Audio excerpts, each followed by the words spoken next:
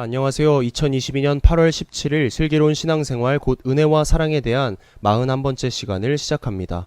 오늘도 함께 나누는 하나님의 말씀을 통해 각자의 처소에서 동일한 하나님의 은혜와 사랑 가득하시길 먼저 축복하고 소망합니다. 먼저 오늘 본문 말씀인 사도행전 5장 1절로 11절 말씀을 좀 길지만 같이 읽어보겠습니다. 아나니아라 하는 사람이 그의 아내 삽비라와 더불어 소유를 팔아 그 값에서 얼마를 감춤해 그 아내도 알더라. 얼마만 가져다가 사도들의 발 앞에 두니 베드로가 이르되 아나니아야 어찌하여 사탄이 내 마음에 가득하여 내가 성령을 속이고 땅값 얼마를 감추었느냐. 땅이 그대로 있을 때에는 내 땅이 아니며 판 후에도 내 마음대로 할 수가 없더냐. 어찌하여 이 일을 내 마음에 두었느냐. 사람에게 거짓말한 것이 아니요 하나님께로다.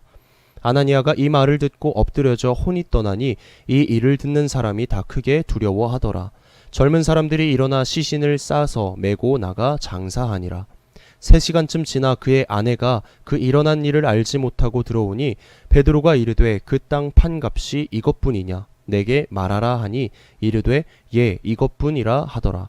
베드로가 이르되 너희가 어찌 함께 꾀하여 주의 영을 시험하려 하느냐. 보라 내 남편을 장사하고 오는 사람들의 발이 문 앞에 이르렀느니 넌 또 너를 메어 내가리라 하니 곧 그가 베드로의 발 앞에 엎드려져 혼이 떠나는지라. 젊은 사람들이 들어와 죽은 것을 보고 메어다가 그의 남편 곁에 장사하니 온 교회와 이 일을 듣는 사람들이 다 크게 두려워하니라. 아멘. 네, 이 말씀을 통해 정직하신 하나님을 본받자라는 목표를 가지고 함께 나누어 보도록 하겠습니다. 먼저 한 가지 일화를 소개하려고 합니다. 독일의 위대한 철학자인 임마누엘 칸트의 아버지에게 있었던 일인데요. 임마누엘 칸트의 아버지가 말을 타고 집으로 가는 중이었습니다. 숲속을 지나고 있을 때 갑자기 강도들이 나타났죠. 소지품을 다 빼앗고는 강도들은 이게 전부냐고 칸트의 아버지에게 물었습니다. 그러자 칸트의 아버지는 그게 전부요 라고 말하고는 어서 그들에게서 벗어나고자 빠른 걸음으로 가는데 무언가 묵직한 것이 손에 닿았던 겁니다. 옷 속을 살펴보니 금덩이가 꿰매어져 있었고요. 그는 다시 되돌아가 강도들에게 금덩이를 내보이며 이렇게 말했습니다. 아까는 정신이 없어 이걸 옷 속에 넣어둔 걸 깜빡했소 라고요. 강도들은 잠시 멍하니 있다가 빼앗은 물건을 모두 되돌려주고 사라졌다는 일화를 소개했는데요.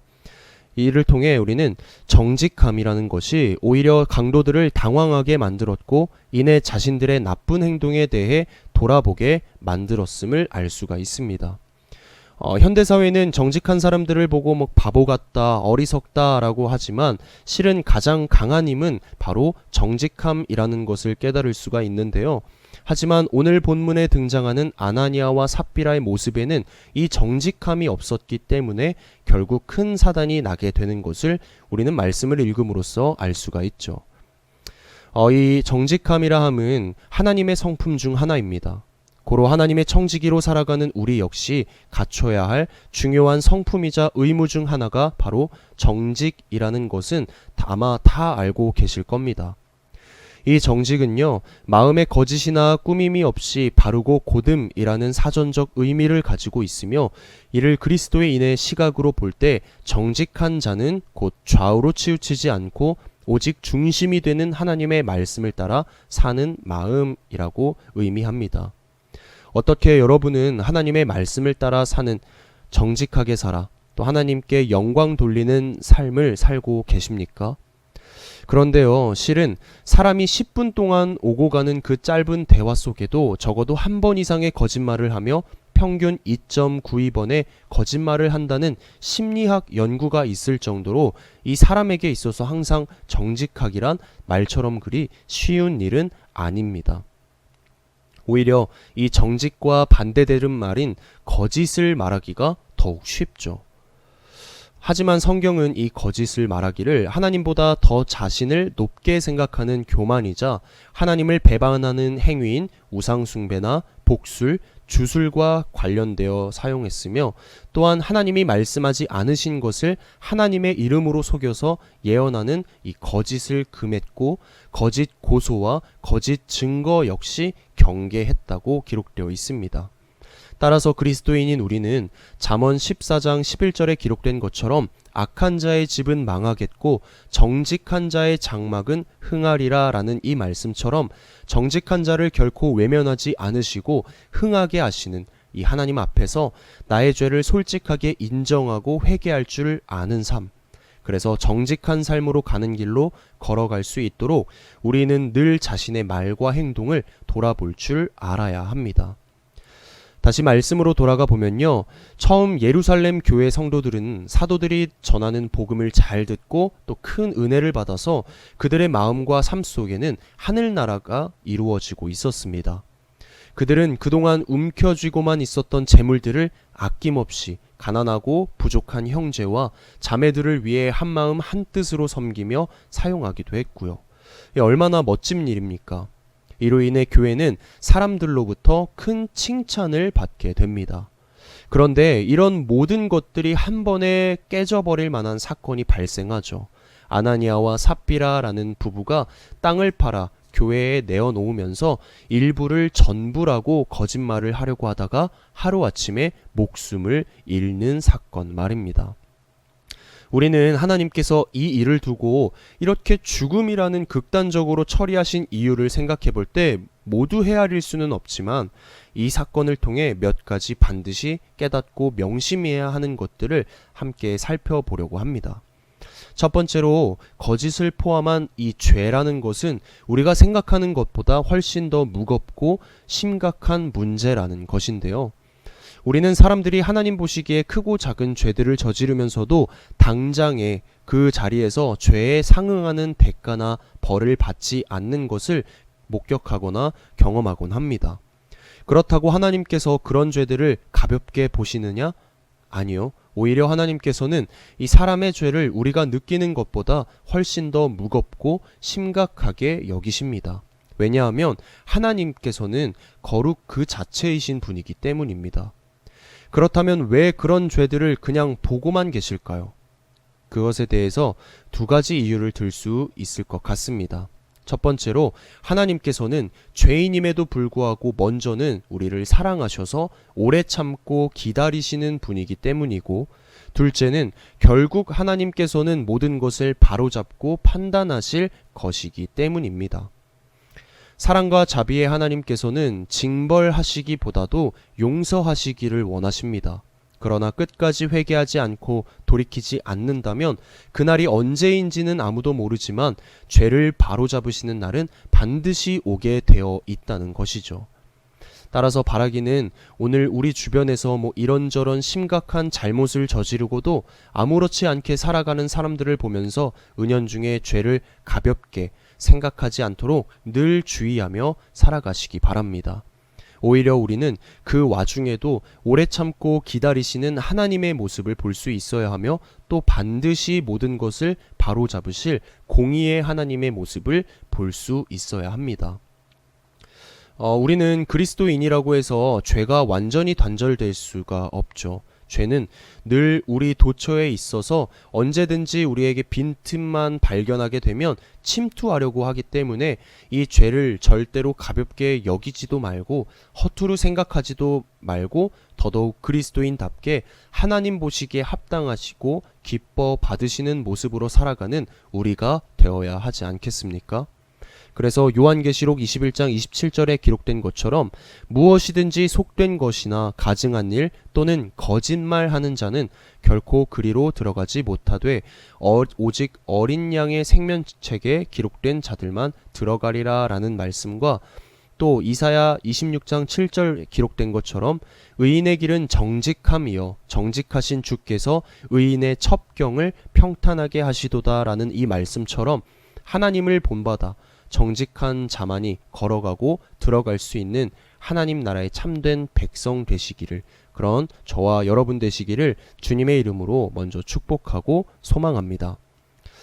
두 번째로는 이 죄라는 것이 가지는 악한 영향력은 생각보다 매우 크다는 것입니다. 한 사람의 영향력이 얼마나 크고 강력한지 알고 계신가요? 한 인물을 소개하려고 합니다. 남미 출신 교육자인 하이메 에스칼란테가 부임한 이 남미계 학생들이 다니는 가필드 고등학교에 있었던 일입니다. 이 학교를 다니는 학생들은 이 신분만 학생이지 공부 대신 깽단에 가입할 정도로 굉장히 막 나가는 아이들이었다고 합니다. 하지만 하이머는 그 실망과 좌절이라는 단어를 모르는 사람이었기 때문에 공부가 싫어서 막 도망치는 학생을 잡으려다가 얼굴에 주먹을 맞아 피를 흘리면서도 이렇게 말했습니다. 배워야 한다. 배워야 성공한다. 그래야 인간이 된다라고요.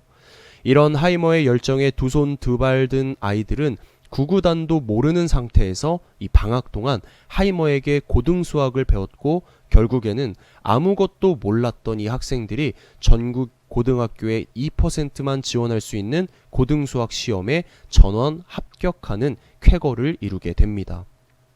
이로 인해 하이머는 선한 영향력을 끼치는 자, 곧 미라클 메이커라고 불려지게 되었으며 지금까지도 훌륭한 교육자로 남아 미국에서 존경받는 사람으로 남아 있습니다. 전지전능하신 하나님의 독생자 예수 그리스도의 복음을 통해 회심을 경험한 우리도 이 하이메처럼 선한 영향력을 끼치는 자가 되어야 하지 않겠습니까? 점점 가면 갈수록 개인화가 되어가는 이 사회 속에서 특별히 성도는 머리 되신 예수 그리스도를 중심으로 모두가 영적으로 하나로 연결되어 있습니다.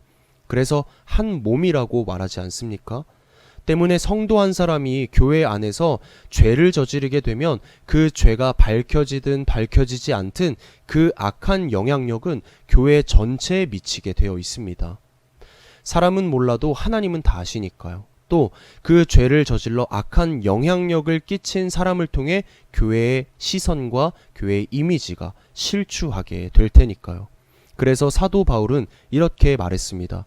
고린도전서 5장 6절에 보면 너희가 자랑하는 것이 옳지 아니하도다 적은 누룩이 온 덩어리에 퍼지는 것을 알지 못하느냐라고 말이죠. 사랑하는 성도 여러분, 여러분은 우리 교회 공동체에서 어떤 영향력을 끼치길 원하십니까? 선한 영향력을 끼치고자 본이 되는 신앙생활을 하고자 노력하십니까? 아니면 물론 그렇진 않겠지만 악한 영향력이어도 별 대수롭지 않게 여기며 내 마음대로 하는 신앙생활을 고수하고 계십니까?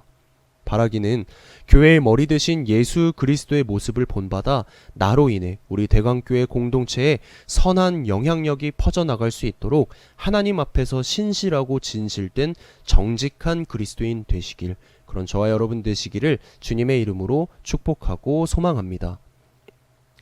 오늘 본문을 한번 살펴보면요, 칭찬받고 나날이 부흥하고 있는 예루살렘 교회를 크게 시험 들게 하고 또 와해시키기에 충분한 사건이었던 아나니아와 삽비라, 이 두 사람은 선한 영향력이 아닌 악한 영향력으로 인해 교회를 흔들리게 할 뻔합니다. 그러나 예루살렘 교회는 그런 충격적인 사건에도 흔들리지 않게 되죠. 12절에 보면 사도들의 손을 통하여 민간의 표적과 기사가 많이 일어나매 믿는 사람이 다 마음을 같이하여 솔로몬 행각에 모이고라 기록되고 있습니다. 이 말씀처럼 여전히 사도들의 손을 통하여서 이 사역은 계속해서 진행되었고 그로 인해 교회는 칭찬받는 교회가 되었습니다. 물론 이것은 전적인 하나님의 은혜이지만 하나님의 뜻에 맞게 행동한 사도들, 특히 오늘 본문에서는 베드로의 올바른 리더십 덕분이기도 한데요. 베드로는 결코 아나니아와 삽비라의 이 일을 숨기려 들거나 비공식적으로 은밀하게 처리하려고 하지 않았습니다. 베드로는 아나니아와 삽비라가 저지른 죄가 얼마나 심각한지를 제대로 파악했고 이 일을 향한 하나님의 뜻을 놓치지 않았습니다. 그리고 이 일을 하나님의 뜻대로 처리했습니다. 비록 이 일이 교회와 많은 사람들을 두려움에 떨게 만들었지만 그럼에도 불구하고 교회는 오히려 더욱 든든하게 세워질 수 있게 되었죠. 제가 학부 생활 때 교직 과목으로 들었던 이 교육 심리 강의를 들을 때 지금까지도 기억나는 교수님의 말씀이 있습니다. 그 말씀이 뭐냐면 무조건이 능사는 아니다 라는 말인데요. 아이들을 키우거나 교육할 때 무조건 용서해주고 무조건 이해해주는 것이 능사는 아니라는 겁니다. 여러 가지 이유들로 아이들을 혼내고 바로잡아야 할 때 대충 그냥 얼버무리면 아이들은 무엇이 옳고 그른지를 제대로 배울 수 없겠죠. 또 그로 인해 결국 분별력을 잃어버리게 되고 도덕적인 판단을 하지 못하게 됩니다. 또 가장 큰 문제는 그게 잘못인 줄 알면서도 가볍게 생각해서 다음에 또 그렇게 하게 될 가능성이 굉장히 커진다는 것이죠. 그래서 이 잘못에 대해 무조건 넘기거나 용서하는 것이 아니라 때에 따라 적절한 훈계와 조치가 반드시 필요하다라는 이 말씀이 아직도 기억이 나는데요. 하지만 이는 비단 가정에 국한된 이야기가 아닙니다. 교회와 성도도 이와 같습니다. 교회 공동체나 성도도 따지고 보면 인간이 모여 있는 곳이기 때문에 결국 인간의 심리를 똑같이 가지고 있습니다. 우리는 죄인입니다. 죄인인 우리는 죄를 저질렀기에 느끼는 부끄러움과 대가를 치르는 것을 통해서 이건 해서는 안 되는 일이구나 라는 것을 배울 수 있고 또 해야 할 가치가 있는 일이 무엇인가를 끊임없이 성찰하고 배워 나아가야 합니다. 오히려 죄에 대해 부끄러움을 느끼고 대가를 치르는 것이야말로 하나님 앞으로 나아가 회개할 수 있는 문이 열리게 되는 것이며 같은 죄를 반복하는 불상사를 미리 제거할 수 있는 가장 좋은 것이 되겠죠. 베드로도 이를 알았습니다. 그래서 비록 하기 힘든 일이었지만 아나니아와 삽비라의 일을 그냥 묻어두지 않고 바르고 정직하게 처리했습니다. 실은 베드로의 입장에서 보면 아나니아와 삽비라도 자신이 가르치는 사랑하는 성도였습니다. 게다가 거짓이 섞여 있긴 했지만 자신의 소유인 땅을 팔아서 교회를 위해 헌신하겠다고 가지고 왔고요. 굳이 그 자리에서 그들의 위선과 거짓을 밝히고 그런 식으로 꼭 처리할 필요가 있었겠습니까? 오히려 그 자리에서 그냥 적당히 칭찬하고 넘어간 다음에 나중에 뒤로 따로 불러서 조용히 타이르는 것이 현실적으로 볼 때에는 아마 좋은 방법일 것이었습니다. 그러나 베드로는 하나님을 섬기는 교회의 지도자로서 이 일을 정직하게 그리고 공개적으로 다루었습니다. 그 결과 아나니아와 삽비라의 위선과 거짓이 온 천하에 드러나게 되었고 만천하에 드러나게 되었고 그래서 두 사람이 목숨을 잃었고 그것을 보고 들은 사람들은 모두 커다란 두려움에 빠지게 되죠. 겉으로 보기에는 참 어리석은 선택인 것 같습니다. 하지만 결국 베드로가 이렇게 함으로써 교회는 더욱 영적인 유익을 얻게 되었습니다. 아나니아와 삽비라 사건을 통해서 성도들은요, 하나님께서 얼마나 어미하신 분이신지를 몸소 깨닫게 되었다는 겁니다. 그리고 그런 하나님 앞에서 이 정직하지 못한 것이 얼마나 커다란 죄인지 역시도 깨닫게 되었고요. 한번 생각해 보십시오. 이런 일을 목격하거나 전해 들은 사람들 중에서 이 아나니아와 삽비라의 사건, 이를 전해 들거나 목격한 사람 중에서 그 누가 감히 이후에 이런 비슷한 죄를 또다시 범할 수 있겠습니까? 물론 교회 안의 모든 잘못과 죄악들이 이런 식으로 처리되어야 하는 것은 아닙니다. 저마다의 일은 저마다의 예민한 영적인 분별력을 가지고 바라보고 또 판단해야 하며 교회 안에서는 분명히 덕과 사랑이라는 것도 중요합니다. 하지만 오늘 이 말씀을 대하는 우리는요, 이 말씀이 전해주는 원칙만큼은 잊지 말아야 합니다. 그것은 정직하신 하나님을 본받아 우리도 정직한 그리스도인이 됐자는 것 말입니다. 오늘날 너무나 많은 사람들이 하나님 앞에서 정직하지 못하고 죄를 저지르는 일에 대해서 아무런 감각이 없습니다. 잘못을 해도 잘못인 줄 모르고 잘못인 줄 알아도 회개하거나 혹은 사과를 하거나 최소한의 책임을 지려고 하지도 않습니다. 오히려 등지게 되죠. 이런 일에 하나님께서 즉각적으로 벌을 주시지 않고 가만히 계신다고 해서 그 일이 별일이 아닌 것은 절대로 아닙니다. 그렇게 생각해서도 안 됩니다. 하나님께서는 우리보다도 더욱 그런 일들을 무겁고 심각하게 보고 계십니다. 따라서 우리는 이를 깨닫고 정직한 자의 삶을 살기 위해 자신이 저지른 잘못에 대해서 정직하게 인정하고 하나님 앞에 무릎을 꿇을 수 있어야 하겠죠. 사랑하는 성도 여러분, 좋은 교회라 하면요, 잘못이 아예 없는 교회도 아니고 실수가 아예 없는 교회도 아닙니다. 좋은 교회는요, 교역자나 성도나 모두가 다 정직하려고 애쓰는 사람들이 모인 교회를 일컫는 말입니다. 우리는 결코 완전하지 못합니다. 하지만 정직하려고 부단히 노력하고 애써야 합니다. 그것이 정직하신 하나님의 성품을 닮아가려는 성도된 우리의 마땅한 의무이지 않겠습니까? 각자의 자리에서 서로에게 그리고 하나님 앞에 정직하게 나아감으로써 우리 교회가 하나님이 기뻐하시고 또 지켜주시는 아름다운 교회가 되기를 주님의 이름으로 축복하고 소망합니다.